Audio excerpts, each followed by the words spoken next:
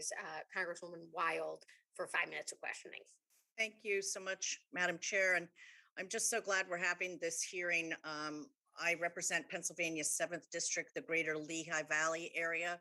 For those of you who aren't familiar with the geography of Pennsylvania, it's on the eastern side of the state, between about midway between Philadelphia and Scranton. And it's an area that is very, very susceptible to storm-related flooding.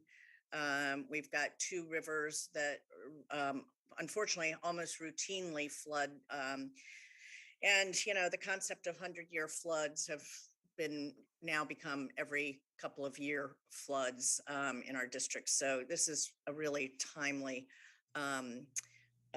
hearing. And one of the things I wanted to follow up on, Dr. Weaver, with regard, but this is really for anybody who wants to comment on the interdisciplinary aspects of this kind of research.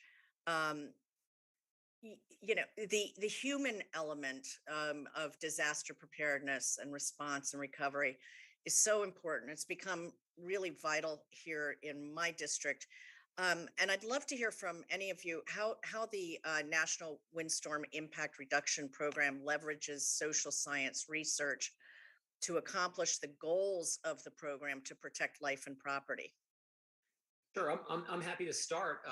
So, you know, NWERP writ large, as well as NIST as an agency, I'm speaking for both in some sense. We value social science. In our investigation of Hurricane Maria, we have several social scientists on the team. There are projects that underpin the larger investigation that focus explicitly on social impacts, social and economic impacts. And so we know, as I had just mentioned, that it's not just about hazard levels, right? It's about how people respond to warnings. It's about how people prepare. Were they prepared? What did they do? You know, what were the impacts to them and what were they thinking?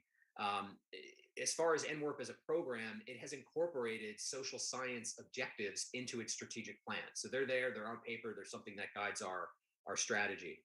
And then I'll just say, you know, the NWERP agencies, they participate in several workshops that are led by social scientists in the natural hazard space. One I can think of is the Natural Hazard Center out in at the University of Colorado. They have an annual workshop, and many of our agencies figure prominently in that workshop. And so we're very very supportive, and it's necessary to bring that into the fold.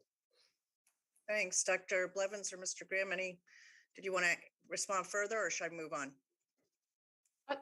I'd like to say something. I just want to mention that the NSF has a whole directorate called the Social, Behavioral, and Economic Sciences Directorate, and they're very important partners in this work with us. They look at how people respond to emergency warnings, for example, understanding what motivates or keeps people from preparing their homes or their local environments to be more resilient to storms.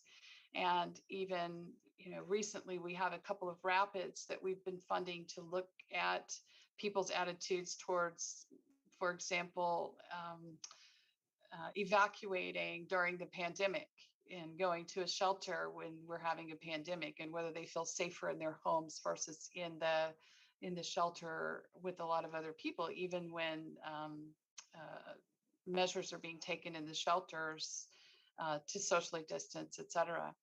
So I think it's very important. And on the flooding part, we also have a federally funded research and development center called the National Center for Atmospheric Research, or NCAR, that's helping develop NOAA's water model, which is very critical to predicting flooding events. Well, thank you. Thank you very much. Another question that I have in a kind of different direction for any witness that would like to answer, but I'm going to expedite my question since my time's running out. What would it take to design buildings that are optimized for resilience to multiple hazards? And how might that approach be further integrated into approaches related to energy efficiency? And Mr. Grimm, I haven't heard from you yet. You want to take that one for us? Sure, absolutely. When we work together across the interagency, we absolutely look at codes in an all hazards way. Energy efficiency is an aspect that can be further developed within the many codes. But looking across the different natural hazards, and pick a region, right?